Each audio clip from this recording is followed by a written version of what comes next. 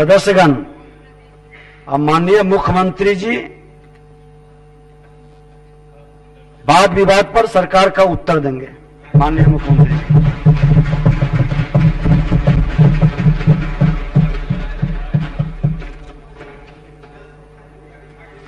माननीय अध्यक्ष महोदय,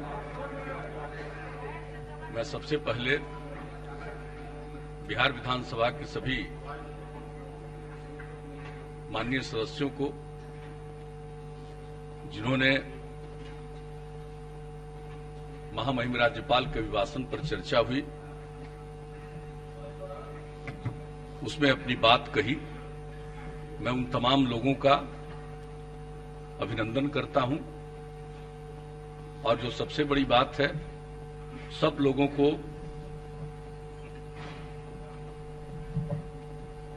अपनी बात को रखनी चाहिए और इसके लिए जो समय निर्धारित है उसके हिसाब से कई माननीय सदस्यों ने अपनी बात रखी है। सब लोगों की बात लोगों ने खुद सोच करके, देख करके जो कुछ भी रखा है वो अपनी बात है। और महामहिम राज्यपाल महोदय ने अपने अभिभाषण में सरकार के जो निर्णय है और सरकार के जो काम है उसके बारे में अपनी बात कही है। वो इसके लिए हम उन्हें उनका अभिनंदन करते हैं। और यहां पर कई माननीय सदस्यों ने जो अपनी बात रखी है और कई चीजें जो सामने आई है, तो एक बात जो अभी जिससे पूरी दुनिया गुजर रही है, उसको झेलना पड़ रहा है, वो है कोरोना, जिसका नामकरण हुआ कोविड-19। अब उसके चलते जो स्थिति है, पूरा दुनिया इससे प्रभावित है, अपना देश भी प्रभावित है और अपने राज्य में भी इसका असर पड़ा है। लेकिन इसको लेकर के जो काम किया गया है, ये सब लोगों को मालूम है। और जिस प्रकार से यहां पर एक एक काम हो रहा है, यानी किस तरह से प्रारंभ में ही जो बात आई उसको लेकर के जितने तरह का काम करना पड़ा है, जांच हो रहा है लोगों का, लोगों के इलाज की व्यवस्था की गई, सब कुछ ये सब काम किया जा रहा है। और आप जान लीजिए कि पूरे बिहार में, पूरे देश में जितनी जांच हुई है उसकी तुलना में बिहार में जांच ज्यादा हुई है। इस बात को अच्छी तरह मान लेना चाहिए कि बिहार में जांच ज्यादा हुई है। अगर आप देख लीजिएगा तो बिहार की आबादी है जो पूरे देश की आबादी। अरे सुन लीजिए भाई, मेरी बात मानिए नहीं मानिए, अच्छा लगे नहीं अच्छा लगे, ये आपका निर्णय है। आप सब लोगों की बात हम सुने हैं, कहीं हम कुछ बोले हैं? हम तो आपको यही बता दे रहे हैं कि जानते रहिए, बोलने का जो मन रहे वो बोलिए, लेकिन कुछ फैक्ट को, सही बात को जानना भी चाहिए। एक बात अच्छी तरह जान लीजिए कि अपने बिहार की आबादी पूरे देश की आबादी का लगभग 8.4% है। लेकिन जो कोरोना की जांच हुई है पूरे देश में, तो जितनी जांच हुई है पूरे देश में 10% से ज्यादा जांच बिहार में हुई। और अगर आप देख लीजिए कि 10 लाख की आबादी पर जितनी जांच पूरे देश में हुई है उसका औसत क्या है 10 लाख की आबादी पर, अगर बिहार को देखिएगा तो देश का जितना भी औसत है उससे 21,000 से भी ज्यादा, उसके करीब बिहार में जांच हुआ। अब जांच के बारे में अगर कहीं कोई शिकायत आ गई, कोई बात आ गई, तो एक एक चीज का जांच किया गया और उसके ऊपर उसके बारे में जो कुछ भी हुआ। अभी आप 000 बोल रहे थे, भाई 000 लिख देता है, सबके पास मोबाइल नहीं है, वो नियम बना दिया था। अब एक एक चीज का जांच जान लीजिए। अगर कोई भी व्यक्ति, आप लोग कोई भी बात बोलेंगे, चाहे नेता विरोधी दल हो या कोई सदस्य हो या मीडिया में कोई बात आती है कहीं से, ऐसा मत समझिए कि उस पर हम लोग गौर नहीं करते। एक एक चीज के बारे में गौर करते हुए तत्काल उस पर कहते हैं कि इसका पूरी तरह से जांच करिए, देखिए क्या हुआ। और उसके मामले में जांच भी हुआ और कुछ जगहों पर यह बात आई और उसको लेकर के उस पर कार्रवाई भी की गई है। कहिएगा तो हम आपको डिटेल बता देते हैं। आप अगर बैठ जाए।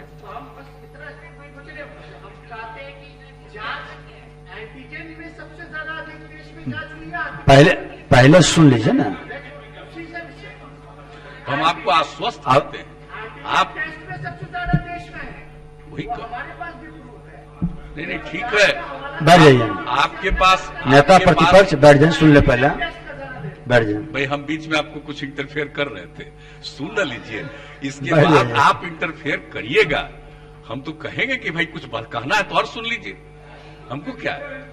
और नई पीढ़ी के लोग हैं, हम लोग को खराब लगता है, अच्छा ही लगता है। कुछ भी बोलिए, जिस तरह से भी बोलिए, हमको कोई उसमें कोई दिक्कत नहीं। हम लोग क्या असीमित समय तक काम करेंगे? ये तो कोई बात है क्या? तो इसलिए कुछ बात को ध्यान पूर्वक सुनिए। कल आपको उन चीजों पर गौर करिएगा तो कल आपको और नई पीढ़ी के लोगों को उसका लाभ ही होगा।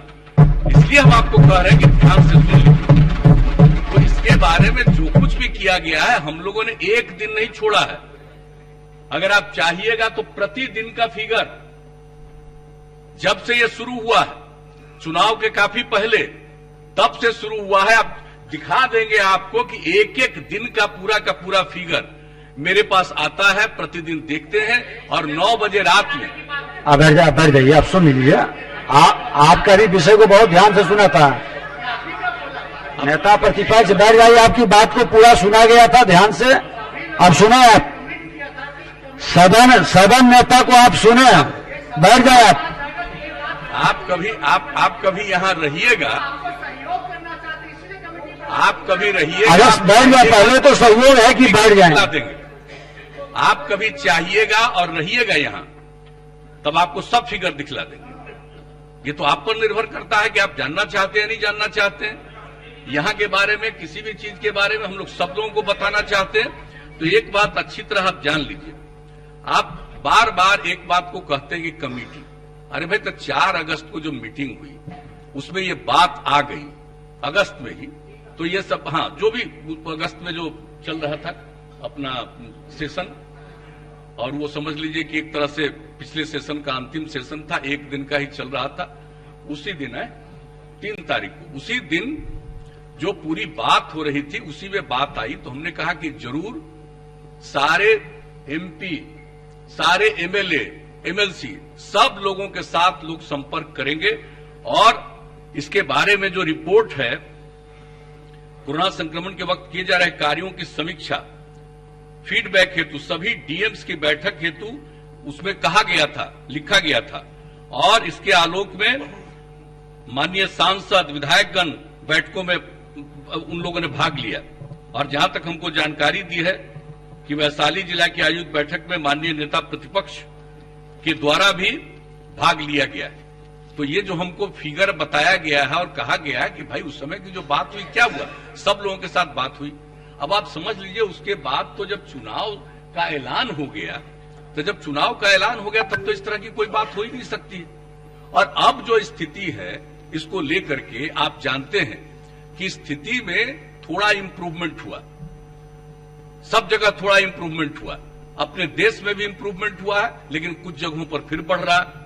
हम लोग इसको लेकर के पूरे तौर पर सजग हैं कि अपने यहां भी कभी हम डेली देखते हैं। एक दिन हो गया 21, इसके पीड़ित लोग निकले जिनका पॉजिटिव निकला, तो बड़ा अच्छा लगा कि चलिए आज घटते घटते 21 पर आ गया।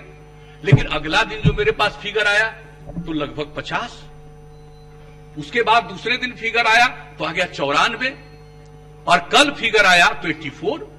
तो एक एक बात के लिए रात में ही फिर हम बोलते हैं कि भाई देखिए, 20 से बढ़ करके फिर आज 50, 50 से 94, 50, 94 के बाद 84 आ गया कल। तो एक एक चीज पर ध्यान दीजिए। और जो टेस्ट हो रहा था उसके बारे में हमने कहा कि भाई लोगों के बीच में जाकर के प्रेरित करिए और टेस्ट करिए। वो क्या गया है कि लोगों को अब एक तरह का कॉन्फिडेंस हो गया है, अब मान रहे हैं लोग कि अब आगे कुछ होना नहीं है, हम लोग बिल्कुल निश्चिंत हैं। लेकिन फिर भी हर तरह से सहयोग करना चाहिए, इसके लिए तो हम लोग करने की कोशिश कर रहे हैं। और एक बात हम आपको आश्वस्त करते हैं कि इस सिलसिले में अगर कोई भी सुझाव माननीय सदस्यों को अपने इलाके के बारे में है, जरूर उसके बारे में दीजिए, हेल्थ डिपार्टमेंट को दीजिए, कहीं मेरे ही यहां भेज दीजिए। कोई भी बात हो तत्काल उसके ऊपर ध्यान दिया जाएगा। मैं इतना आश्वस्त करता हूं। भला बताइए, ये कोई किसी सरकार का ही काम है? ये तो पूरे सब लोगों का है। सब लोग अगर पीड़ित हैं, सबको बचाना चाहिए। कौन कौन लोग नहीं पीड़ित होते हैं? हर लोगों के पास कुछ न कुछ ऐसी समस्या आती है। अब अभी आप बोल रहे थे एम्स का, अरे भाई तो एम्स है विदेश का, एम्स है दूसरे का, अरे एम्स तो अपना ही ना है भाई। एम्स की स्थापना की गई थी, एम्स में अगर कोई जाते हैं इलाज के लिए, एम्स में तो मैक्सिमम लोगों को भेजा, जिनका भी फोन आया हुआ। और आप मेरे परिवार की बात करते, मेरी भतीजी को जो रिपोर्ट था वो पॉजिटिव आया, तुरंत भेजे, लेकिन एक ही दिन के बाद उसकी रिपोर्ट थी कि पॉजिटिव नहीं है। आप कह रहे हैं जांच में हम खुद ही देखें, तो तुरंत उसको कहा कि भाई इसका निगेटिव है, पॉजिटिव नहीं है, लौटा दिया। आप सोच लीजिए, हम बता रहे हैं, नाम नहीं है। अरे भाई सुन तो लीजिए, जब ये बोल दिए तो हम एक बात बता देते हैं, एम्स में अगर किसी को भेजा जाता, सबको, जहां भी जिनकी भी खबर आई और जिनके बारे में जानकारी मिलती है, हम लोग सब चाहते हैं कि उनका ठीक ढंग से इलाज हो। और एम्स में ये पूरा का पूरा उस समय प्रबंध किया हुआ था और एम्स के लोग पूरे तौर पर ध्यान देते थे। तो बहुत लोगों की इच्छा थी कि लोकल लेवल पर हम नहीं, हम एम्स में, तो सब लोगों के लिए व्यवस्था की गई। तो ये सब कोई विषय नहीं है। आपको कोई भी कहीं इलाज के लिए सारी सुविधा कर दीजिए, तब भी मनुष्य के अंदर में कोई बात आती है कि यहां नहीं, हम वहां इलाज कराएं। और जो पटना में रहने वाले हैं और पटना में कोई है, अगर उनको एम्स में भेजा गया तो इसमें क्या गुनाह, क्या दिक्कत है? ऐसी कोई बात नहीं। एम्स में सबसे ज्यादा इंतजाम उन दिनों था, इसलिए उसको भेजा गया। इसलिए कृपा करके इस बात को जान लीजिए। तो इसलिए इन सब बातों की चर्चा करने की कोई जरूरत नहीं है, बल्कि चर्चा ये होनी चाहिए कि कहां पर और कुछ है और उसका देखा नहीं गया है। हर तरह से हम लोगों ने पूरे तौर पर एक एक चीज देख लिया। अब आपको बता दें, जो हम बता रहे हैं कोरोना का रिकवरी रेट, अब पुराना का रिकवरी रेट पूरे देश का है 97.33% और अपने बिहार में है 99.2%। रिकवरी रेट इतना ज्यादा। डेथ का जहां तक सवाल है, कोरोना से मृत्यु हुई है, पूरे देश का है, हालांकि देश में भी कम है, आप जान लीजिए, अपने देश में भी कम है, दुनिया के दूसरे मुल्कों से काफी कम है, लेकिन देश में भी जो हुआ है वो हुआ है 1.42%। और आपके बिहार में कितना है? 0.58%, आधा प्रतिशत से थोड़ा ज्यादा।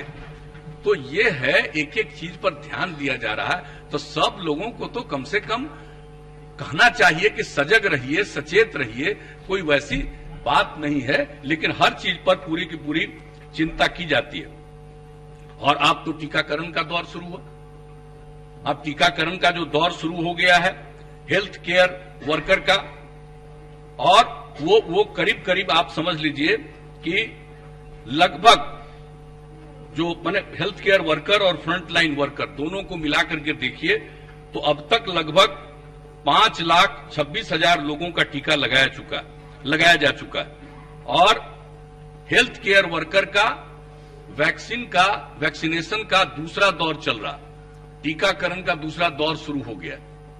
लेकिन जो फ्रंट लाइन वर्कर थे उनका अभी पहला हुआ, 28 दिन के बाद दूसरा दौर शुरू होता, तो वो शुरू हो जाएगा। और इसके बाद का लक्ष्य है कि ये सब हो जाने के बाद, और केंद्र सरकार की तरफ से भी आया है सब कुछ, तो वैक्सीन भेजा जा रहा है केंद्र सरकार की तरफ से, 2 प्रकार का वैक्सीन जो अपने देश में ही विकसित हुआ है और वो उपयोगी है, बहुत अच्छा है। और उसको जब किया जा रहा है, तो अभी जब नीति आयोग की बैठक थी उसमें भी आदरणीय प्रधानमंत्री जी ने कहा कि कुछ ही दिनों के बाद इस पर फिर चर्चा करेंगे। यानी अब ज्यादा दिन नहीं है, ये उम्मीद की जा रही है कि बहुत जल्दी बाकी लोगों के लिए, यानी जो 50 साल से अधिक उम्र वाले लोग हैं सबका टीकाकरण, और 50 साल से कम उम्र वाले अगर किसी गंभीर बीमारी से ग्रस्त हैं तो उनका टीकाकरण, वैक्सीनेशन, तो उसके लिए वैक्सीन आएगा। दोनों प्रकार का वैक्सीन, लोगों का पूरा टीकाकरण होगा, लोगों के लिए किया जाएगा। और सब तरह की तैयारी अपने यहां की जा रही है। इसलिए जो कुछ भी स्थिति है, और जो हमने बताया कि भाई थोड़ा बढ़ गया, जरा सा भी बढ़ता है तो हम लोग उसके लिए चिंतित होते हैं। और कल ही हमने कहा कि अब जो जितनी जांच है, और प्रधान सचिव स्वास्थ्य को हमने कहा है कि भाई इसको फिर से एक बार और पूरे तौर पर समीक्षा कर लीजिए और जांच के दायरे को और फिर से बढ़ाइए, ताकि जरा सा भी कहीं कोई पॉजिटिव हो रहा है तो ये ठीक नहीं है। इसलिए एक एक चीज पर हम लोग पूरे के पूरे तौर पर सजग हैं और सब लोगों को तो अलर्ट रहना ही है, सबको सचेत करना है, सब सारी बात है। अब यहीं बैठे हुए हैं, हम लोग तो बार बार कहते हैं देखिए वैक्सीन लगाइए, तो हमारे कई साथी वैक्सीन नहीं लगाए हुए। अरे भाई जरूर लगाइए, हाँ वैक्सीन नहीं, वही मास्क लगाइए। तो हमने कहा कि हम लोग लगाए हुए हैं, आप लोग अपना मास्क नहीं लगाए हुए हैं तो मास्क लगा लीजिए, तो इसको जरूर करिए। और यहां पर भी इंतजाम है, अध्यक्ष महोदय ने भी इंतजाम कर रखा है, अगर नहीं है तो ले लीजिए।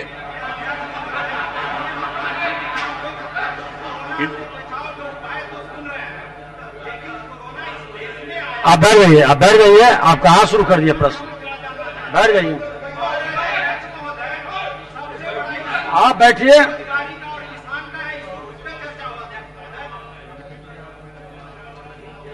और इसके अलावे जो कुछ भी जांच के बारे में हुआ उस पर यथोचित कार्रवाई की गई है, ये हम आपको बता देना चाहते हैं कि अब किसी तरह से कोई भी चीजों को हम लोग यूं ही नहीं छोड़ देते हैं, इसको किसी तरह से बर्दाश्त नहीं किया जाता है, हर प्रकार से करना है। लेकिन सब लोगों को प्रेरित करते रहिए कि भाई मास्क लगाइए, जरा दूरी मेंटेन करिए, हाथ धोते रहिए, यही सब चीज तो कहना है लोगों को। अब ये ऐसी चीज आ गई है कि सारे दुनिया पर असर किया, लेकिन इसके लिए हम लोगों को पूरा भरोसा है, सबको भरोसा है कि जो वैक्सीनेशन हो रहा है, टीकाकरण हो रहा है, इसके बाद इससे लोगों को राहत मिलेगी और इससे छुटकारा मिलेगा। अब आपको हम बताना चाहते हैं कि भाई हम लोगों का तो खैर, अब बहुत लोग विधि व्यवस्था पर कुछ बोल देते हैं, कुछ भी बोल देते हैं, आखिरकार तो अब जब एक एक डिपार्टमेंट का चलेगा तो होम का तो चलेगा ना, गृह विभाग का, तब एक एक चीज के बारे में उस दिन फिगर दिया जाएगा, हर चीज कहा जाएगा। लेकिन जो विधि व्यवस्था की स्थिति है वो कोई कानून का राज स्थापित है। अब आप बताइए कि क्या स्थिति हुई है। आपको मैं बता दूं कि राष्ट्रीय अपराध अभिलेख ब्यूरो द्वारा वर्ष 2019 का जो प्रसारित हुआ, जो भी है संज्ञेय अपराधों का, तो देश के सभी राज्यों एवं केंद्र शासित प्रदेशों में बिहार का 25वां स्थान हो गया, 23वां से भी 25वां पर पहुंचा। कोई क्राइम कहीं बढ़ता है तो उस पर तो नजर रखनी है, लेकिन कुछ लोगों को आप क्या करिएगा, आदमी के कुछ लोगों के स्वभाव में तो गड़बड़ी होती है। आप चाहे कितना भी कर दीजिए, जो कुछ भी कर दीजिए, और सबको काम ठीक ढंग से करना है, चाहे जितनी किसी को जिम्मेवारी दीजिए, कुछ न कुछ आदमी पूरी जिम्मेवारी को नहीं निभाता, तो मिला जुला करके तो कभी न कभी कुछ न कुछ होता है। कुछ घटनाएं घटती हैं तो कुछ घटनाएं घटती हैं, उस पर पूरी की पूरी जो जरूरी कार्रवाई है वो सबके लिए काम किया जाता है। तो इसलिए एक एक चीज पर हम लोगों का ध्यान है। और अब आप समझ लीजिए कि हर तरह से विकास दर का है। अब विकास की बात है तो विकास की बात है भाई, तो क्यों हर चीज को इग्नोर करते हैं। बोलना अपनी जगह पर है, जो बोलते रहिए, लेकिन विकास का दर कितना हुआ है आप देखते हैं, हर बार प्रकाशित होता है, हर तरह से किस तरह से यहां पर काम हो रहा है। आप समझ लीजिए कि 2019-20 के स्थिर मूल्यों पर बिहार का औसत विकास दर 10.5% रहा। हर बार बढ़ता है, विकास दर बढ़ा है हमारा। अब उसके बाद 20-21 जो कोरोना का दौर आया है, इसमें तो जरूर नीचे जाएगा, पूरे दुनिया का नीचे जा रहा है, पूरे देश का नीचे जा रहा है, अपने यहां भी जाएगा नीचे। लेकिन 19-20 तक का हालत देख लीजिए, एक नई बीमारी आ गई, नया दौर आ गया है, इसमें सब तरह का प्रभाव पैदा हुआ है, एक अलग बात है। लेकिन बाकी जगहों पर किस तरह से काम किया गया और बजट का जो प्रावधान किया गया है, कल भी बजट में हमारे माननीय उप मुख्यमंत्री जी ने सब बातों को बता दिया है, और उसके बाद उस पर भी बहस होगी, उस पर भी सारी चर्चा होगी। जिस तरह से ऐसी परिस्थिति में भी हम लोग काम करने की कोशिश कर रहे हैं। लेकिन आप समझ लीजिए, औसत विकास दर और बजट का आकार क्या था भाई 4-5 में, जब हम लोगों को काम करने का मौका मिला है, तो बजट का आकार था 23,885 करोड़, और अब बढ़ते बढ़ते बढ़ते बढ़ते अब हो गया 2,18,000 करोड़ का। तो हम लोग तो कर ही रहे हैं। अब जो हालत है आप समझ लीजिए। और एक चीज और बता देते, 2004-5 का आंकड़ा जान लीजिए। आंकड़े कहां से मिलते हैं हमको नहीं मालूम है, जो सही आंकड़े हैं उसको जान लीजिए। 2004-5 में वर्तमान मूल्यों पर प्रति व्यक्ति आय, आज के मूल्य पर प्रति व्यक्ति आय थी 7,914 रुपए। यही था पहले, और आज हो गया है 2019-20 में बढ़ करके अब प्रति व्यक्ति आय हो गया है 50,735। अब आप कहिएगा कुछ हो ही नहीं रहा। अरे भाई तो इतना तो बढ़ रहा। और इसके बाद जान लीजिए कि बिहार में ये जो है कॉस्ट ऑफ लिविंग दूसरे किसी राज्य की तुलना में कॉस्ट ऑफ लिविंग यहाँ कम खर्च में काम होता है। भोजन का और अन्य चीजों के लिए जो खर्च होता है दूसरी जगहों पर, कम पैसे में खर्च में यहां पर लोगों का काम होता है। ये कॉस्ट ऑफ लिविंग के मामले में जरा जान लीजिए, सबको जानना चाहिए। बिहार की एक खासियत है, हम अभी यहां पहुंचे हैं तब भी आप समझ लीजिए कोई भूख से अब नहीं मर रहा। कोई ऐसी स्थिति नहीं है, जाकर के देख लीजिए गांव, एक एक गांव में। कभी हम लोग पहले घूमते थे अपने क्षेत्र में और एक साथ अगर 50-100 आदमी थे तो कहीं कोई गांव की स्थिति रहती थी कि लोगों को एक जगह खिला सके। और आज समझ लीजिए जो वर्कर है, जो काम करता है, मजदूर है, आज उनकी भी स्थिति ऐसी हो गई है कि उनके यहां अगर 5-10 आदमी पहुंच जाता है तो सबको भोजन करा देते हैं। ये स्थिति है परिस्थिति में। तो इन सब चीजों को जानना चाहिए भाई। हम लोग तो अरे भाई शांति बनाए रखिए, बैठ जाइए, हमारे से बैठ जाइए, आप बैठ जाइए।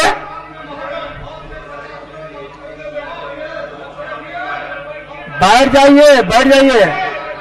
आपको भी लोगों ने शांति से सुना है, आप भी सुने, बैठ जाए। अब जो बात हमने तो लोगों की आमदनी का और राज्य की प्रगति का बता दिया, लेकिन इसके अलावे और एक एक चीज देख लीजिए ना भाई। सड़कों शांति बनाए रखिए, बैठे बैठे कोई माननीय सदस्य नहीं बोलेंगे। बिहार में पहले कितना पुल था भाई, अब कितना सड़क था, क्या स्थिति थी। अब कितने सड़क का निर्माण हुआ, कितने पुल पुलियों का निर्माण हुआ, लोगों को सुविधा हुई, आबादी बढ़ रही है, व्यापार बढ़ रहा है, हर तरह से व्हीकल्स कितने बढ़ रहे हैं। तो एक एक चीज के लिए अब एक एक चीज में वृद्धि हो रही है। और उसके बाद हम लोगों ने क्या कह दिया है भाई कि और भी जो उस समय साथी थे, अरे पूछ लीजिए ना, तो उसी समय तो कर दिया था कि 6 घंटा में दूर दराज इलाके से पटना पहुंचना है। ये लगभग लक्ष्य पूरा हो गया। अब आगे का लक्ष्य क्या रख दिया था, 5 घंटा में पहुंच जाए। और उसके लिए एक एक काम जो शुरू हुआ, आज उस काम को और कितना आगे बढ़ाया जा रहा है। हर तरह का काम हो रहा है भाई, एक एक चीज काम हो रहा है। बोलने के लिए स्वतंत्रता है, लेकिन सच्चाई कुछ और है। भूलना नहीं चाहिए कि हर तरह से काम हुआ है।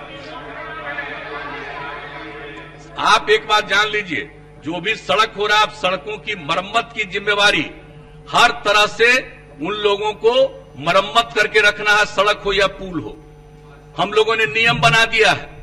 अब ऐसा कुछ नहीं है, आप समझ लीजिए कि सड़क और पुल का, और जान लीजिए, अरे भाई आप एक बात हम कहें, बहुत लोग नए जीत करके आए हैं, जरा सुन लीजिए। लोक शिकायत निवारण कानून कब से शुरू किया है? और जब लोक शिकायत निवारण कानून शुरू किया और उसमें भी हमने इसको डाल दिया है कि अगर कहीं किसी का सड़क खराब है तो वो लोक शिकायत निवारण कानून के अंतर्गत वहां शिकायत कर सकता है और पूरा का पूरा उसको तो ठीक किया ही जाएगा। लेकिन अगर उसको जो मेंटेन करना है, रख रखाव करना है, उसके जिसको जिम्मेवारी थी उस काम को नहीं कर रहा है तो उस पर कार्रवाई होगी। और एक बात जान लीजिए, हम अब इंजीनियरिंग डिपार्टमेंट्स को बार बार समझाते समझाते हमने कह दिया है कि निर्माण का काम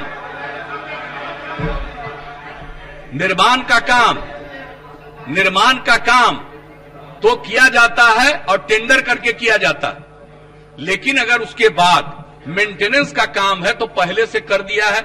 मेंटेनेंस के लिए दूसरा सिस्टम हमने कहा, जो पहले से कर दिए हैं वो अपनी जगह पर वो कर दीजिए।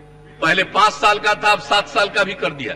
लेकिन हमने कहा है कि सड़कों का जहां तक सवाल है, बिल्डिंग्स का जहां तक सवाल है, उसके रख रखाव के लिए डिपार्टमेंट को ही काम करना है। जो इंजीनियर्स हैं वो काम करें, मेंटेन करें। और ये हमने कहा कि जब वो मेंटेन करेंगे और उसके लिए माननीय सदस्य बैठ जाए। माननीय सदस्य सत्येंद्र जी बैठ जाएं। आप लोग बात नहीं सुनिएगा तो न कभी उस पर गौर करिएगा न समझिएगा। बैठ जाएं आप। कोई जानते हैं इंजीनियर का क्या काम है? इंजीनियर का काम है खाली ठेका देखना और ठेकेदारी करवाना। बात सुना करिए, बात सुना करिए।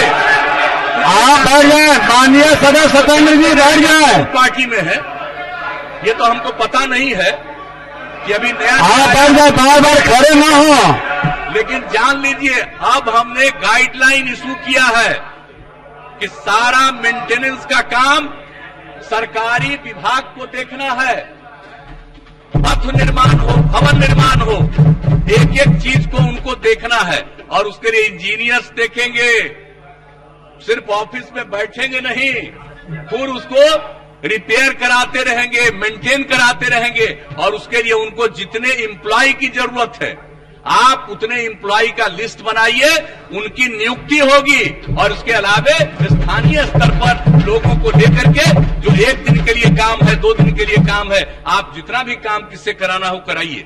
अब ये हमने लोगों को गाइडलाइन दिया और हम लगे हुए हैं कि लोग समझिए, नहीं तो सीधे खाली होता है कि कोई काम करिए, टेंडर होता है। अब टेंडर होता है, अब उसके बाद जो काम होता है पेमेंट होता है। कितना बार जांच किया जाता है तब पता चलता है काम हुआ नहीं और पेमेंट हो गया तो एक्शन होता है कि नहीं होता है एक एक चीज के बारे में। इसलिए हम आप सब लोगों से आग्रह करेंगे कहीं कोई गड़बड़ी देखिए, हम हाथ जोड़ करके प्रार्थना करते हैं कि अगर आपके क्षेत्र में कहीं कोई कमी है तो कृपा करके आप अरे सुनिएगा पहले तब ना, नहीं करिएगा माननीय सदस्य बैठे आएगा। बैठ जाए लोगों से हम अरे बात आप करेंगे, नए सदस्य हैं, जो भी हो बैठ जाइए। आप कृपा करके नेता सदन बोल रहे हैं, आप बैठ जाएं। एक एक आप आसन सदस्य हम बैठने का आग्रह करा ना कि अगर आपके क्षेत्र में कहीं कोई कमी है और कहीं मेंटेनेंस ठीक नहीं हो रहा तो कृपा करके स्पेसिफिक आप उसके बारे में पत्र लिख करके भेज दीजिए, या तो माननीय मंत्री जी को भेजिए या सीधे हमको भेजिए। हम उस बात को गौर करेंगे। आपको अगर लगता है तो मिल करके भी बता सकते हैं और एक एक चीज को देखना हम सब लोगों का दायित्व है।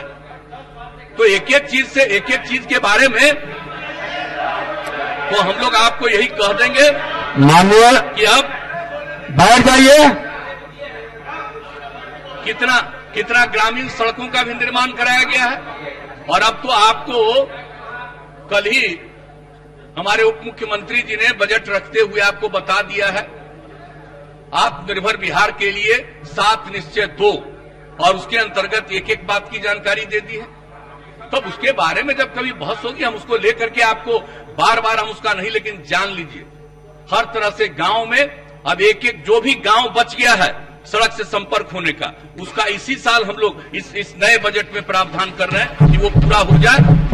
और इसके अलावे अगर गांव की सड़कें हैं उनका कोई और महत्वपूर्ण सड़कों से जोड़ना है, उनका कोई सरकारी कार्यालय से और बड़े जगहों से जोड़ना है तो वैसा देख करके कई गांवों को मिला करके फिर सड़कों की योजना, उसके लिए पूरा का पूरा सर्वे चल रहा, पूरी तैयारी चल रही, वो भी कर देंगे। और शहर में जितने सड़क हैं उन सब लोगों के लिए बाईपास, और अगर बाईपास के लिए जमीन नहीं मिलेगा तो फ्लाईओवर का निर्माण। तो एक एक चीज के लिए हम लोग कर रहे हैं और हर प्रकार से जितना भी चीज हो हम लोग इसके बारे में पूरे तौर पर। अब आप बिजली की क्या स्थिति है जरा बताइए तो। कहते कि कुछ काम नहीं हो रहा है, तो पहले जब है तो थे क्या बिजली थी गांव में, स्थिति थी। बिजली के लिए जितना काम किया गया अभी अब आप जान लीजिए, सुन लीजिए ना, हर अभी घर तक बिजली पहुंचा दिया गया, हर घर तक बिजली पहुंचा दिया गया। अभी सुन लीजिए ना, लक्ष्य था 2018 का दिसंबर का, हम लोगों ने 2 महीना पहले अक्टूबर में ही इसको पूरा कर दिया। अब आप जान लीजिए एक बार,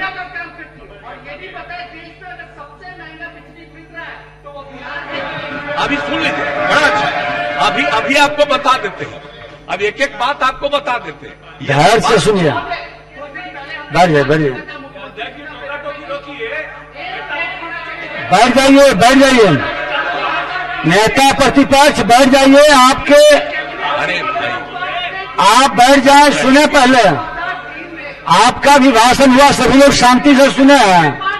मैं आप सुने, जो बार बार उठना उचित नहीं है, नए सदस्य को शोभा देता है। क्या बिना मतलब की बात कर रहे हैं आप? ये हम शुरू से कहते रहे, आपको नहीं मालूम है? अरे उस समय, अरे जब हम वहां, अरे भाई अब उस समय जब हम वहां थे तब तो गोद में न थे भाई आप। अरे जब हम उस समय वहां थे उसमें गोद में रहते थे, इससे क्या सब बात है? हम गोद नहीं उठाए हैं, हम गोद नहीं उठाए हैं। ऐसा बैठो चलिए अब बैठ जाए, बार बार उठना उचित नहीं। नेता प्रतिपक्ष बाद में जो मन करे वो बोलते रहिए, लेकिन एक बार सुन लीजिएगा, वो आप ही को फायदा देगा। आप समझ नहीं रहे एक एक चीज के बारे में जो बात हम कह रहे हैं। अब आप बिजली के बारे में समझ लीजिए, क्या था भाई, जब हम लोग आए थे तो उसमें कितना बिजली की खपत थी बिहार में? 700 मेगावाट। और आज बिजली की खपत कितनी हो गई है? आज बिजली की खपत हो गई है, इतना ज्यादा हो गया है कि 5,900 मेगावाट से भी ज्यादा, 5,932 मेगावाट बिजली की खपत हो गई। ये जरा जान लीजिए, हर घर बिजली पहुंचा दिया। अब खेत के लिए भी आप जान लीजिए, उसके लिए भी हम लोग पहुंचा रहे हैं किसानों को। और जो पहले जितना पहुंचा दिया, अब हम लोगों ने राज्य सरकार से भी तय कर दिया 130 करोड़ रुपए का प्रावधान। शांति बनाए रखें, बैठे बैठे माननीय सदस्य न बोले। आप लोगों के लिए ये काम किया जा रहा है बिजली का। और एक बात जरा जान लीजिए, बिजली का आप बिहार में एक एक काम हम लोगों ने कर दिया। आप हमने क्या शुरू करवाया बिहार में? हमारे यहां पर आप समझ लीजिए, बिजली विभाग के हमारे माननीय मंत्री हैं यहां पर, कितना मजबूती से काम करते हैं, एक एक चीज पर नजर रखते हैं, देखते रहते हैं। और जो हमने ये कहा कि भाई प्रीपेड स्मार्ट मीटर लगाइए, अब जो कई जगह पर आप जानते हैं, लोक शिकायत निवारण कानून जब बनाया, और लोक शिकायत निवारण कानून बनाने के बाद जो हम सब जगह घूम रहे थे 2016 में, और उस समय जो हमने देखा कि क्या शिकायत सबसे ज्यादा है, तो सबसे ज्यादा शिकायत आई थी बिजली के बिल को लेकर के, और उसका एक एक चीज का सुनवे नहीं करते हैं आप लोग, हे खाली करते रहिएगा। अरे सुनिए रामानुज जी, गौर से सुनिए। और तब जो देखा, हमने कहा कि भाई ये जो बिजली का है, इस तरह से जो मीटर लगा हुआ है, ये सब में काम ठीक ढंग से होता नहीं है, कोई जाकर के ठीक ढंग से देखता नहीं है। बेचारा कोई गरीब आदमी है, उसको एक बल्ब जल रहा, और हमने देखा कि भाई उसका बिल कितना आ गया है, तो 14,000 रुपया का बिल है। हमने कहा क्या मतलब है इसका? अरे भाई सुनिए तो सही, वो काहे कर रहे हैं, बतवा समझिए ना। तो शांति बनाए रखें। हम लोगों के मन में ये बात आ गई कि भाई हम लोग कोई ऐसा सिस्टम करें ताकि किसी का मीटर रीड करने की जरूरत न पड़े, और उसी समय सोच करके हमने ये काम किया, प्रीपेड स्मार्ट मीटर। अब आदमी कोई भी है, उसको अगर जो प्रीपेड मीटर उसके पास रहेगा, तो जितना वो पेमेंट किए हुए है उतना ही उसका बिजली का होगा, और उसको जैसे ही होगा उसको सूचना मिल जाएगी कि अब आपका खत्म होने वाला है, तो जमा कर देगा। तो जो रेट बना हुआ है उसी पर ना, कोई जाकर के देखेगा नहीं उसके बारे में। तो अब आप छोड़ दीजिए, अरे आप तो यहीं के काम में लगे रहते हैं, आप तो यहीं के काम में, पटने के काम में लगे रहते हैं वर्षों से, एक ही जगह के बारे में चिंता है, वहीं पर का काम देखते रहते हैं ना आप, आपका जो व्यापार है उसी में, इसलिए काहे सब बात बोलते हैं। गौर से समझिए, ध्यान से सुनिए, ध्यान से सुनिए।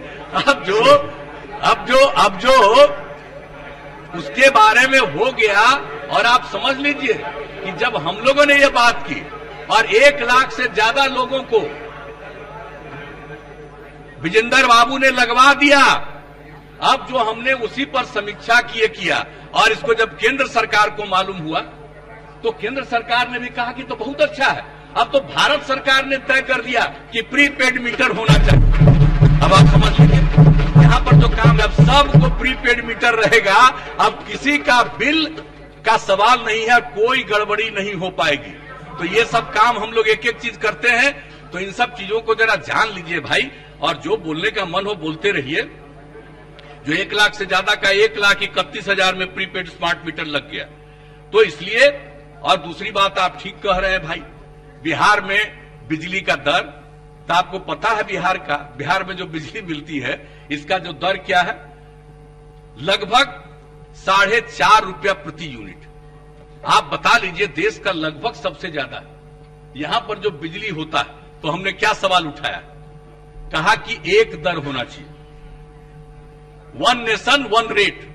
हर तरह का एक ही तरह का रेट होना चाहिए, चाहे बिजली का उत्पादन कहीं हो रहा, लेकिन वहां से कहीं भी किसी राज्य को बिजली मिल रही है तो पूरे देश में हर राज्य को एक ही रेट पर मिलना चाहिए। तो ये बात हम लोग पहले से मांग कर रहे थे, और इस बार भी हम लोगों ने नीति आयोग की बैठक में ये सुझाव दिया। कितना देख लीजिए, उसी में कह रहे कि जब ये निर्णय लिया गया था कैबिनेट में 2003 में, उसमें आप मंत्री थे। हमको नहीं पता। आपको ये सब बात है तो आकर के कभी दिखाइएगा, समझ गए ना। और 2003 के बारे में आप क्या कह रहे हैं। हम तो जो काम देख रहे थे उस समय 2003 में, उसके बारे में कुछ पूछिएगा तो आपको हम बता देंगे। रेलवे अरे छोड़िए ना भाई, अटल जी के राज में जितना काम हुआ है, आप समझ रहे हैं, जो बिहार के विकास के लिए जितना काम किया गया है, ये कहने की बात है। और उनके साथ काम करने का जो अनुभव हुआ है, उसी से तो आगे बढ़े हैं। और क्या हुआ, उनके साथ काम करने का जो अनुभव हुआ, उसी के साथ आगे बढ़ते रहे। अभी बढ़ जाइए। देखिए, आप अगर ये बात कहते हैं तो आपको 1 साल 8 महीना का अपना अनुभव बताना चाहिए। मेरे साथ जो काम कर रहे थे, कैसा अनुभव, ये आप बताइए। अब नेता प्रतिपक्ष बार उठना बढ़ जाए अलग। और अब कृषि फीडर के बारे में भी हमने बात कर दिया।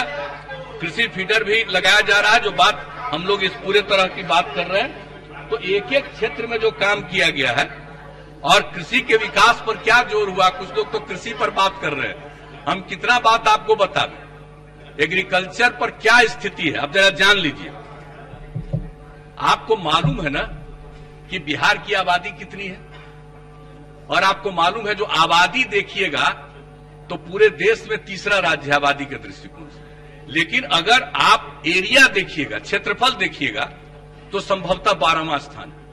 आप समझ रहे हैं कि हम लोगों का क्षेत्रफल कम है और आबादी सबसे ज्यादा, सर्वाधिक आबादी है। तो इसलिए इस ऐसी स्थिति में तो कृषि का क्षेत्र हम लोगों के पास तो एक सीमित है, और आबादी बढ़ती जा रही है, तो कई बार उन सब चीजों पे भी कमी आती है। लेकिन जो कृषि के क्षेत्र में काम हुआ, उसका क्या नतीजा हुआ, आप जान लीजिए, अच्छी तरह जान लीजिए। उत्पादकता पहले क्या थी, 1 हेक्टेयर में 2005-06 में धान की उत्पादकता थी 16.04 क्विंटल, 16.04 क्विंटल, और अब बढ़कर के क्या हो गया है, 33.50 क्विंटल। आप जरा जान लीजिए उत्पादकता कितनी बढ़ी है। गेहूं में 5-6 में था 13.79 क्विंटल, और अब 1 हेक्टेयर में हो गया 25.95 क्विंटल। मक्का और अन्य मोटे अनाज, मकई का देखिएगा तो पहले था 24.64 हेक्टेयर, 1 हेक्टेयर में क्विंटल, और अब हो गया है 53.35 क्विंटल। यानी दुगना से भी ज्यादा कई चीजों में हमारे यहां उत्पादकता बढ़ा है। और उत्पादन का अगर सुनना चाहते हैं, उत्पादन कितना हुआ, तो धान का उत्पादन 2005-06 में था, कितना लाख मीट्रिक टन था, धान का उत्पादन था 52,18,000 मीट्रिक टन, और अब हो गया है 108,76,000 मीट्रिक टन। गेहूं 5-6 में था 27.63 लाख मीट्रिक टन, और अब हो गया है 55.79 लाख मीट्रिक टन। मक्का और अन्य का 14.05 से बढ़कर के 35.13, सब्जी का 76.54 मीट्रिक टन से बढ़कर के अब हो गया है सब्जी का 167.64 लाख मीट्रिक टन। अब आप समझ लीजिए, फल का 30.68 लाख मीट्रिक टन था, अब बढ़कर के हो गया है 44.90 मीट्रिक टन। अब कितना उत्पादन बढ़ा है, उत्पादकता बढ़ी है, सब कुछ इसके लिए काम किया जा रहा। जो कृषि रोड मैप बनाया गया और उसी के मुताबिक जितना काम किया गया है उसके चलते उत्पादन बढ़ा है, उत्पादकता बढ़ी है, तो ये सब काम किया जा रहा है। और अब तो आप समझ लीजिए कि हम लोग जैविक खेती के लिए बढ़ावा दे रहे हैं और उसके लिए गंगा नदी के दोनों किनारे जो गांव जिले हैं 12 जिले प्लस 1 जिला और नालंदा को मिलाकर के 13 जिला, चूंकि वहीं से जैविक खेती की शुरू थी। नालंदा उसको देखने गए थे, सब लोग गए थे देखने, बाहर के लोग भी आकर के देखे थे। तब इतना अच्छा काम किया था कि उसके बाद इस सब जगह के लिए जैविक खेती का काम के लिए कृषि इनपुट अनुदान देने का सब निर्णय है। तो किसी भी तरह से आप समझ लीजिए कि अब और उसके अलावे हम लोगों ने जो 7 इसके पहले शुरू किया है जल जीवन हरियाली अभियान। अब भाई कुछ सदस्यों को देख रहे थे जल जीवन हरियाली के बारे में बोलते हैं, अरे भाई जल जीवन हरियाली अभियान विधानसभा विधान परिषद के संयुक्त मत से शुरू किया गया है। 13 जुलाई 2019 को बैठक बुलाई गई थी और सेंट्रल हॉल में वो बैठक हुई और उसमें सब लोगों ने अपना विचार व्यक्त किया। 8 साढ़े 8 घंटा बैठक हुई है और उसके बाद उसी का नामकरण उस समय किया गया जल जीवन हरियाली अभियान और उस पर जो काम शुरू किया गया है और उसके चलते जिस तरह से हम लोगों ने पर्यावरण, उसमें क्या है 7 अंश है उसका जो संरक्षण है जल के संरक्षण के लिए, एक अंश है हरियाली के लिए। यानी हम लोगों ने क्या कहा, जल डैश जीवन डैश हरियाली, यानी जल और हरियाली है तभी जीवन सुरक्षित है। इसलिए सब लोगों की राय से शुरू किया। 7 है जल के संरक्षण के लिए, 1 है हरियाली के लिए। अब कितना बड़ा कोरोना भी था तो 1 साल के अंदर ही जो लक्ष्य था कि 2,51,00,000 पौधे लगाए जाएंगे, यानी 3,80,00,000 से भी ज्यादा पौधे लगे। तो आप समझ लीजिए इस कोरोना के दौरान 5 जून से लेकर के 9 अगस्त के बीच में ये काम पिछले वर्ष किया गया। तो हम लोग हर तरह से कर रहे हैं, हम लोग पूरे तौर पर ये सब का सब काम के लिए हम लोग लगे हुए हैं। और उसी में एक आइटम है, 7 तो ये हो गया, 1 हरियाली हो गया, 1 है उसी में मौसम अनुकूल कृषि का। अब मौसम अनुकूल कृषि का काम जो किया जा रहा है इसमें लोगों को ये बताना है। आप जानते हैं जलवायु परिवर्तन है, कभी वर्षापात खूब हो जाता है, बाढ़ आ जाती है, कभी सुखाड़ आ जाता है, एक विचित्र स्थिति है दुनिया भर में, इसको लेकर के चिंता होती है। हम लोग कुछ नहीं कर रहे थे, हम लोगों ने किया कि भाई मौसम के अनुकूल कृषि को प्रेरित करना चाहिए और उसके लिए हर एक जिले में 8 जिला से शुरू किया 19 में और पूरा का पूरा अब पूरे पिछले ही साल हम लोगों ने डिसीजन ले लिया सभी जिले में ये काम शुरू किया। अब उसमें आप जान लीजिए कि जो कृषि विज्ञान केंद्र है उसमें 2.5 एकड़ भूमि में जो भी मौसम के अनुकूल क्या कृषि होनी चाहिए खेती उसका प्रयोग, और हर जिले में 5 गांव को चुन करके वहां पर एक एक चीज को करना और दिखाना, लोगों को प्रेरित करना कि क्या कीजिएगा, कौन सा फसल का उत्पादन करिए, किस तरह से आपकी आमदनी बढ़ेगी और मौसम के अनुकूल काम होगा। तो ये काम हम लोगों ने शुरू कराया है, आप जरा समझ लीजिए। और इसके लिए फसल चक्र, जीरो टीलेज और फसल अवशेष प्रबंधन जो शुरू हुआ था बाहर से, अब यहां पर भी लोग फसल को अवशेष को जलाने लगे। संख्या बढ़ती जा रही है, लोगों को समझाने के लिए क्या मदद किया जाए, एक एक काम के लिए सब चीजों के लिए काम हो रहा, तो हर प्रकार से। और इसमें आप जान लीजिए जो मौसम के अनुकूल कृषि का काम है, हमने इतना राउंड डिस्कशन किया, आज से नहीं पहले ही से कर रहे थे। और पहले जो ये डिफरेंट इंस्टीट्यूशन में लोग थे वो पूरी बात को समझ नहीं रहे थे, अंत में इस बात को समझे और इस काम में आप समझ लीजिए Borlaug institute for south Asia, Borlaug institute of south Asia बना है पूसा में। और आप जानते हैं उसके अलावे है वहां पर डॉक्टर राजेंद्र प्रसाद केंद्रीय कृषि विश्वविद्यालय पूसा, ये दोनों, और फिर हम लोगों ने जो एग्रीकल्चर यूनिवर्सिटी बनाया बिहार कृषि विश्वविद्यालय सबौर भागलपुर, ये, और जो भारतीय कृषि अनुसंधान परिषद पूर्वी क्षेत्र जो पटना में, इन चारों को इस काम में इंगेज किया गया। अलग अलग जिले में अलग अलग लोगों को लगाया गया है। और सबसे बड़ा काम हम देखने गए थे 16 में, और जो हमने देखा था बॉर्लग इंस्टीट्यूट फॉर साउथ एशिया, उसका जो हमने जो देखा था, एक एक चीज जिस तरह से वो काम कर रहा था 150 एकड़ में, तो उसको देख करके हमने कहा कि भाई इसी काम को आगे सब जगह बढ़ाना चाहिए। और उसके बाद अब जाकर के ये बात आ गई है कि मौसम के अनुकूल कृषि हो, तो हर तरह से आप जान लीजिए। और बिजली का दर अब आप समझ रहे हैं कृषकों के लिए क्या हो गया, 65 पैसा प्रति यूनिट। तो एक एक चीज तो आप जान लीजिए कि सब चीज में हम लोग करने जा रहे हैं। तो एक एक तरह से हर प्रकार से हम लोग इसके लिए सचेत हैं। और 7 निश्चय 2 से 7 निश्चय 2 में खाली सुन लीजिए, आके बतियाइएगा ना। 7 निश्चय 2 में अब जो है हर खेत तक सिंचाई का पानी पहुंचा देंगे। और एक चीज आप बैठ जाइए, बोल देते हैं आप जो बोल रहे हैं। अब जल जीवन हरियाली अभियान में जो तालाब पोखर, अरे नहीं भाई, आप समझ लीजिए, आपको एक बात जरा सुन लीजिए। आप लोगों को पहली बार 12 सीट मिल गया है। आप गलती काम मत करिए। आप ये मत समझिए कि पर्यावरण से गरीब का रिश्ता नहीं है। और आप जान रहे हैं कि जो लोग उठे पोखर के इर्द गिर्द, उनके लिए हम लोगों ने तय किया कि उनको अलग मकान बनाने के लिए 1,20,000 रुपया और जमीन के लिए 60,000 रुपया, ये हमने तय कर दिया उन सब लोगों के लिए।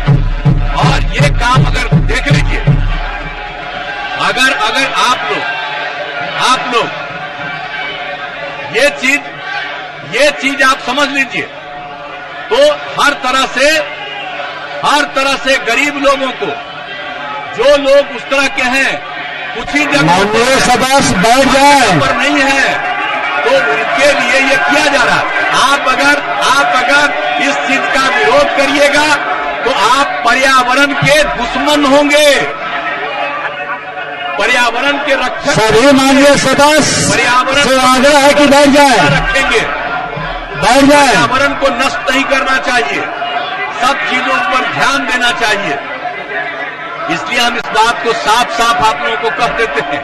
ये नेता प्रतिपक्ष क्या रखा हो बेटा, फालतू भी ना मतलब। आप लोगों को क्या मतलब है? ये लोग सभी सदस्य बैठ जाए, ये लोग के फेरा में मत रहिए। बैठ जाए सभी माननीय सदस्य। बैठे आप बैठ जाइए। नेता प्रतिपक्ष खड़े हैं तो बैठ जाइए, सभी माननीय सदस्य बैठ जाए। आप पहले बैठा लीजिए। आए आपके नेता प्रतिपक्ष खड़े हैं तो बैठ जाइए, क्षेत्र में बैठिए। एपीएमसी की भी बात कर रहे हैं, सभी लोग बैठ जाए। एपीएमसी पर बोलेंगे, अभी बोल रहे हैं। अब हम बोल रहे हैं आपका एपीएमसी पर। बैठ जाइए। 1 मिनट, 1 मिनट नेता प्रतिपक्ष 1 मिनट, 1 मिनट नेता प्रतिपक्ष 1 मिनट। आप 1 मिनट हो रहा, अब जाने का इसके बाद आएगा, अभी इसके बाद आएगा।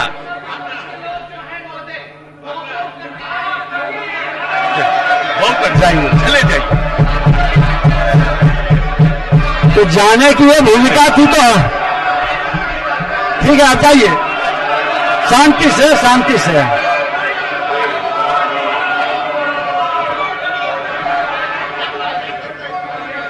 शांति से। अभी तो हम इस सब चीज पर बोलने ही वाले थे। अरे ऐसा जा करके दूसरा जगह सुनिए, बैठ के बाहर जा करके सुनिए। यहां से चले जाइए, लेकिन बाहर बैठ करके सुन लीजिएगा। आपके सब चीज का हम जवाब देने वाले हैं, एक एक चीज की जानकारी देने वाले हैं, हर चीज के बारे में चिंता मत करिए। तो जो एपीएमसी की बात कर रहे हैं, हम लोगों ने तो 2006 में एपीएमसी खत्म कर दिया था। और क्या करते थे भाई, कितना प्रोक्योरमेंट होता था, कितना प्रोक्योरमेंट। आप नए सदस्य बोल, चलिए आप जरा जान लीजिए। पहले अधिप्राप्ति नहीं होती थी। बिहार में भारतीय खाद्य निगम एफसीआई द्वारा चुनिंदा जिलों में कुछ अधिप्राप्ति होती थी और उस समय के राज्य सरकार ने अपने को प्रोक्योरमेंट से अधिप्राप्ति से बिल्कुल अलग करके रखा था। अब अभी हम लोगों को उपदेश दे रहे हैं। उस समय की सरकार ने अधिप्राप्ति से अपने को अलग रखा और सेंटर का एफसीआई करता था और कितना करता था जान लीजिए। 2000 और 2001 में मात्र 12,222 मेट्रिक टन और बढ़ते बढ़ते 2004-5 का मैक्सिमम उनका था, वो था 72,000 मेट्रिक टन धान की अधिप्राप्ति की गई थी। अब जरा सोच लीजिए, उस समय का यही हाल था। और हम लोगों ने उसके बाद इसके बारे में करना शुरू किया। एपीएमसी को तो खत्म कर दिया और कहा कि धान की अधिप्राप्ति होनी चाहिए। स्टेट का जो है राज्य खाद्य निगम, पैक्स और व्यापार मंडल को धीरे धीरे हम लोगों ने इस काम में लगा दिया। और आप जान लीजिए कि 2011-12 में आते आते धान की अधिप्राप्ति हो गई 21,59,000 मेट्रिक टन इसकी खरीद की गई। और बढ़ते बढ़ते बढ़ते आप जान रहे हैं इस बार जो हम लोगों ने काम किया 21 फरवरी तक का रखा था 31 जून। हम उसके 2 दिन पहले मीटिंग किए, सब लोगों की राय देखा। अभी तो ये जवाब भी देंगे, लेकिन सब लोगों ने कहा 15 दिन और बढ़ाइए। हम लोगों ने कहा 15 दिन नहीं, 21 दिन बढ़ा देते हैं, 21 फरवरी तक। और एक भी किसान नहीं है जो बेचना चाहता था, देना चाहता था, वो दिया। सब लोगों को प्रेरित किया। कितनी टीम हम लोगों ने गांव गांव और हर जगह भेजा है, लोगों को, किसानों को कहे कि भाई अपना आप बेचिए, धान दीजिए। और तब प्रेरित होकर के 5 लाख से भी ज्यादा के करीब धान की अधिप्राप्ति में किसान लोग आए। कोई नहीं बचा है। और अब कोई कहता है, दावा करता है, तो कौन लोग होता है भाई? व्यापारी लोग, बिचौलिए जिसको भी कहते हैं। ये व्यापारी लोग जो शुरू में ही जो किसान बेच देता है अपना, तो सस्ता में ले लिया, अब उसके पास रखा हुआ है कुछ बिचौलिया। अभी सब काम खत्म हो गया, तब कहेगा कि अभी और जारी रहे, तो कौन बेचेगा? किसान है कोई? जो किसान बेच दिया बिचौलिया को, अब वही आकर के किसी किसान के नाम पर देगा और इसमें उसको प्रॉफिट होगा। अब प्रॉफिट होगा तो शेयर करेगा। आप जरा समझ लीजिए, ये हम लोग इजाजत देंगे इस तरह की चीज का, कि लोग इस तरह का कोई काम करता है उसको हम लोग करेंगे? हम लोग नहीं। और समझ लीजिए, ये इस बार हम लोगों ने एक एक चीज की समीक्षा की है और देखा है, पिछले साल भी अब तक कम हुआ था। अब इस बार देख लीजिए कि आप 35 लाख मेट्रिक टन से भी ज्यादा अधिप्राप्ति हो गई। तो एक एक चीज के बारे में आपको हम बता रहे हैं कि 35 लाख नहीं, लेटेस्ट फिगर अभी आया होगा वही, तो वो चीज आ गया है। 35,59,000 मेट्रिक टन की अधिप्राप्ति हो गई। अब वो जो रिपोर्ट आई है कल शाम तक, वो ये आप जरा कल्पना कर लीजिए कितनी अधिप्राप्ति हो गई। और लोग कह रहे हैं कि नहीं हो रहा, लोग जान ही नहीं रहे। और जब हम एपीएमसी एक्ट को 2006 में खत्म किए थे, तब कुछ लोग जुलूस लेकर के जा रहे थे राजभवन की तरफ। क्या हुआ भाई? और लोगों को क्या नुकसान हुआ? हर तरह का व्यापार बढ़ गया, सब कुछ बढ़ गया। अब कितना, पहले कितना दुकान था, आज जरा देख तो लीजिए। किसी शहर में जाइए, किसी छोटी जगहों पर जाइए और देखिए कितना दुकान है, कितना व्यापार बढ़ा है। ये ठीक है कि उद्योग नहीं बढ़ा, हम लोग लाख चाहते थे, उद्योग उस तरह से नहीं बढ़ा। अब उद्योग को बढ़ाने के लिए भी और काम कर रहे हैं हम लोग, वो एक अलग विषय है। लेकिन व्यापार कितना बढ़ा है और लोगों की आमदनी के बारे में कह दिया। लेकिन कुछ लोगों के बारे में यही स्थिति है कि सही बात को ठीक ढंग से नहीं करते हैं। और अब कोई किसान नहीं बचा। अधिप्राप्ति का काम जो पूरा का पूरा हम लोगों का, अरे आप तो नहीं ना भागिएगा,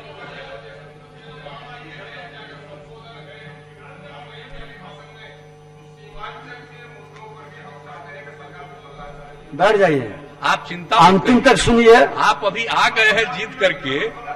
अरे भाई ठीक है, आप अरे आपको तो जानते ना जी, आप तो जानते हैं ना, आरजेडी जेडीयू से लेकर के तीसरी पार्टी में आप पहुंचे हैं। तो अब सीमांचल की चिंता हम लोगों को, सीमांचल की चिंता कोई आज से है? और जरा बताइए तो सीमांचल के लिए जितना काम हुआ है, और आप मिल करके भी दिए हुए हैं। एक एक चीज सीमांचल ही क्यों, पूरा का पूरा पूरे बिहार के लिए हम लोग काम कर रहे हैं, सीमांचल के लिए, मिथिला के लिए, इसके लिए काम नहीं कर रहे हैं। और हर जगह हर क्षेत्र के लिए हम लोग प्रतिबद्ध हैं। तो एक बात जान लीजिए, उसकी चिंता मत करिए।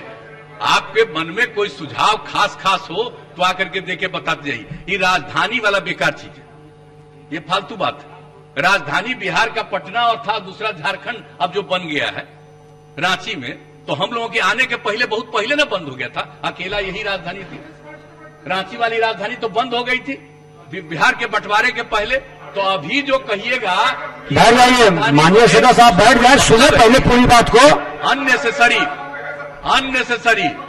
ये सबसे मैं साफ, आप बैठ जाए। ये जिनको करना होगा हमारे बाद जो करें, सबकी अपनी इच्छा, लेकिन मैं कहता हूं अनावश्यक। ये राज्य बहुत बड़ा नहीं है, क्षेत्रफल के हिसाब से, एरिया के हिसाब से 12वां नंबर है, बता दिया, और आबादी के हिसाब से तीसरे नंबर पर है देश में। और हर प्रकार का हम लोग काम कर रहे हैं। आप सिर्फ राजधानी को यहां से वहां हटा दीजिएगा, क्या हो जाएगा उससे? कोई उससे फर्क पड़ता है?